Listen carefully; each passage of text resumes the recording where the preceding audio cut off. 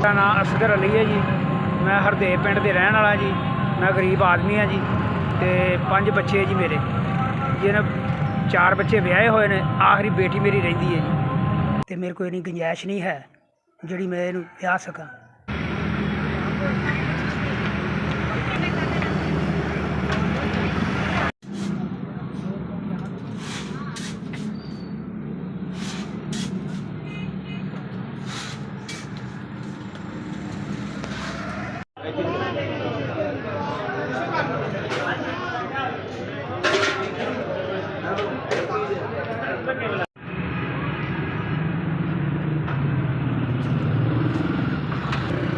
मेरा नाम जी असगर अली है। मेरी बेटी की शादी है। मेरा भैन भरा कोई दावा नहीं कर लिया, लिहाजा तुसी मेरे ना 29,000 दिन देगा समान लैके दिता।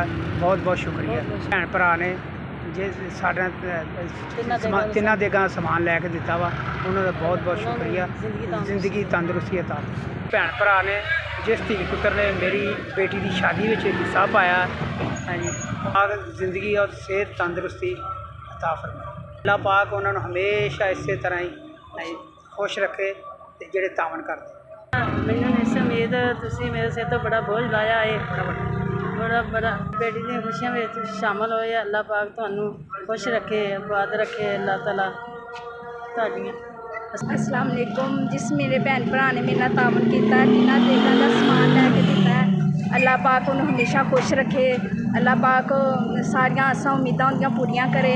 अल्लाह पाक जो भी जायज़ होंदे कम्म ने उन्हें अल्लाह पाक हमेशा उंदे कामयाबी कामरानी फरमाए। अल्लाह पाक उन्हें ते कारोबार च अल्लाह पाक तरक्कियां दे, उन्होंने हमेशा खुश रहे। देगां तिन्हां देगां दा समान 29,000 का आया है, जिस मेरे भैन भरा ने मैनू लैके दिता है। अल्लाह पाक उन्होंने हमेशा खुश रखे, हमेशा खुशियां माने अल्लाह पाक उन्होंने।